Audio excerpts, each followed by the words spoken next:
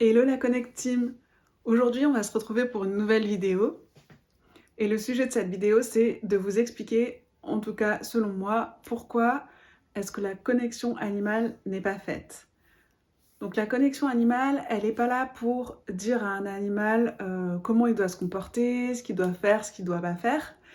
Et en fait, elle est sûrement pas là pour lui dire comment il doit se comporter, pour lui imposer une façon de voir, pour lui imposer une façon de faire qui serait la nôtre, que nous, on trouverait bien, mais qui lui conviendrait pas forcément.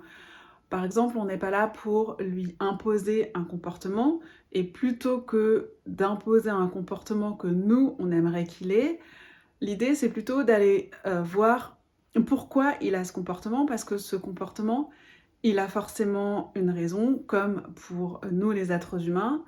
Il y a une raison qui se cache derrière ce comportement. Et en fait, changer ce comportement ou vouloir forcer l'animal à changer son comportement, ben, ce serait juste comme mettre un pansement sur une blessure, mais sans soigner la blessure. Donc finalement, ben, si on essaye de l'obliger à changer son comportement, lui, il sera pas heureux, il va pas bien le vivre, et encore si il accepte de le changer. Parce que c'est comme nous, les êtres humains, des fois on peut nous dire de faire telle ou telle chose, de faire de manière différente, de changer notre façon de faire, de changer notre façon de voir les choses. Si on n'est pas d'accord, si on ne comprend pas pourquoi, on n'aura pas envie de le faire. Donc, par exemple, donc c'est un sujet dont je vous ai déjà parlé dans la vidéo précédente. Moi, en fait, quand on a eu notre chat, j'avais pas envie qu'elle sorte du jardin parce que je trouvais que c'était dangereux. Et donc, j'avais envie, je préférais qu'elle reste dans notre jardin parce que notre jardin, voilà, il est sécurisé, je sais qu'il ne pouvait rien lui arriver. Et quand j'ai communiqué avec elle, je lui ai demandé, bien sûr, je lui ai demandé de rester dans le jardin et de ne pas sortir tout le temps dans le jardin. Et donc je lui ai demandé quand même, voilà, on a évoqué le sujet ensemble, et en fait elle m'a dit que si elle sortait du jardin, déjà elle avait besoin de sortir du jardin parce qu'elle se sentait enfermée, et en fait, il y avait son besoin de liberté qui revenait, et elle supportait pas d'être enfermée comme ça et qu'on lui... Elle avait l'impression qu'on lui... Voilà, enfin, c'était pas qu'une impression, qu'on lui enlevait sa liberté. Et, et en fait, alors je suis désolée parce qu'en fait, comme elle vient me parler, ça m'a un peu déconcentrée. Et donc, elle me disait que si elle faisait ça, c'était aussi donc en rapport avec moi. Alors déjà parce que, évidemment, c'est quelque chose que je comprends, parce que moi, mon besoin de liberté, il est quand même assez fort, et j'aime pas quand on essaye de m'imposer ce que je dois faire, ou ce que je dois dire, ce que je dois penser. Et puis, c'était aussi pour me faire travailler mon lâcher-prise. C'est vrai que c'est un sujet qui est assez récurrent chez moi. Et donc, c'est pour ça qu'elle sortait et qu'elle continue à sortir. Mais c'est vrai que depuis que j'ai réussi à lâcher par rapport à ça, elle sort, mais beaucoup moins souvent. Quand j'ai fait ces communications à un moment donné pour qu'elle sorte plus du jardin, elle sortait vraiment quasiment à chaque fois qu'elle sortait de l'appartement. Elle allait dans le jardin et elle s'échappait du jardin. Depuis, il arrive qu'il y ait plusieurs jours sans qu'elle sorte du jardin, et quand elle sort, elle va rentrer beaucoup plus vite. Elle sort pas du tout aussi longtemps, parce que je me souviens que la première fois qu'elle est sortie, elle est rentrée, je sais plus, vers 2 ou 3 heures du matin, alors que maintenant, quand elle sort, c'est beaucoup moins longtemps. Et je sais que je peux lui faire confiance, qu'elle revient à l'heure qu'elle m'a donnée, et que j'ai pas besoin de m'inquiéter par rapport à ça. Donc ça, c'était le premier point.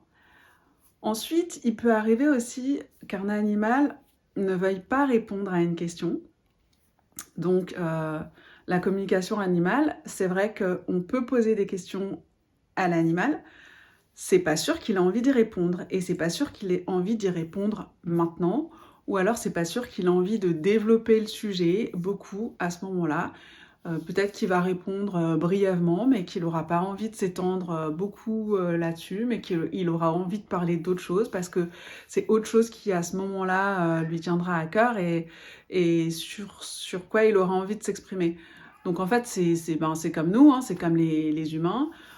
Même si quelqu'un vient et veut nous parler d'un sujet, si on n'a pas forcément envie de parler de ce sujet, on va peut-être lui dire, à la personne qui vient, on va peut-être lui dire oui, bon, alors je te réponds rapidement, mais là, je préférerais qu'on parle d'autre chose parce que cette autre chose, c'est ça qui est plus important pour moi en ce moment. Donc, les animaux, c'est pareil. Et peut-être que des fois, ce ne sera pas forcément le moment, au moment où on sera en train de communiquer avec eux, où ils auront forcément envie de nous répondre. La troisième chose, c'est que, en fait, un animal, il peut entendre ce qu'on a à lui dire, et c'est pas pour ça forcément qu'il a envie de faire ce qu'on lui demande de faire. Donc toujours, c'est comme nous, ils ont leur libre arbitre, hein, et on peut communiquer avec eux. C'est pas parce qu'ils font pas ce qu'on leur demande de faire que notre communication, elle a raté, ou que on n'a pas réussi à communiquer, ou qu'on n'a pas réussi à communiquer correctement, qu'on n'a pas réussi à lui faire passer les informations qu'on voulait. Non, c'est pas ça. C'est aussi que en fait, c'est des êtres vivants à part entière qui ont aussi des envies, qui ont aussi des besoins et qui vont pas seulement se caler sur ce que nous, on aimerait qu'ils fassent. Et par exemple, si on a un berger australien, à la base, c'est quand même un chien de berger. Donc, ça va être un animal qui aura besoin de se défouler, de courir beaucoup, d'avoir des grandes promenades, une grande promenade le matin, une grande promenade le soir au minimum. Et si par exemple on n'a pas envie de prendre le temps, ou qu'on n'a pas envie de prendre l'énergie, de faire ça avec lui, pour lui, si on se dit oh non, là je suis fatiguée, j'ai pas envie, c'est vrai que mes enfants ils voulaient ce chien, mais moi j'ai pas envie de passer autant de temps ou oui, de dépenser autant d'énergie pour lui, et qu'on fait juste une petite promenade le matin, une petite promenade à midi, une petite promenade le soir, c'est sûr que le chien, ce chien-là par exemple, ça va pas forcément lui convenir. Et peut-être qu'à certains moments, il sera tout fou dans la maison, peut-être qu'il va courir partout, qu'il va déranger, et ce sera pas quelque chose qui va nous convenir. Mais d'un autre côté, même si on communique avec lui et qu'on lui demande de rester calme, d'accepter de faire 3 petites sorties dans la journée, c'est pas possible en fait. C'est pas possible parce que c'est pas son tempérament, c'est pas ce dont il aura envie, c'est pas ce qu'il aimera, et c'est tout simplement pas ce qui sera adapté à lui en tant que espèce de chien. Mais après, il y a aussi des choses qui ne seront pas adaptées à l'animal en tant que, suivant sa personnalité et suivant son caractère. Donc voilà, c'est ces 3 choses-là qui me semblent primordiales quand on fait une communication animale. C'est pas pour imposer notre avis, c'est pas pour on peut attendre des réponses, mais on n'est pas sûr à 100% qu'on les aura, parce que on va tenir compte aussi de eux, comment ils veulent communiquer avec nous, et on peut pas leur faire non plus tout ce qu'on veut. Donc voilà, si cette vidéo vous a plu, j'espère qu'elle vous aura apporté des réponses aux questions que vous vous posiez, ou peut-être à des questions que vous vous posiez pas, mais qui du coup vous sont venues à l'esprit.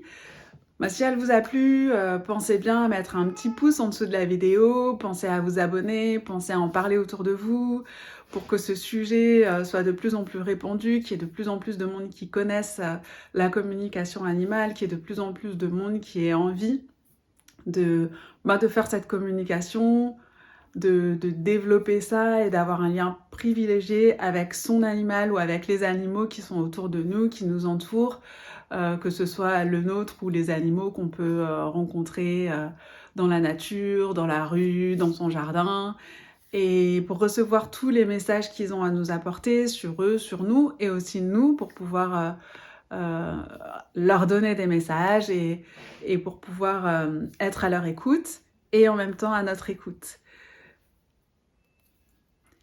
Et avec cette communication animale, entre autres, pas que, mais entre autres, bien sûr, on va pouvoir développer un monde où on sera beaucoup plus connectés les uns aux autres, que ce soit avec les animaux et pas que, et où on pourra beaucoup plus tenir compte de la vie des autres et être attentif aux uns aux autres.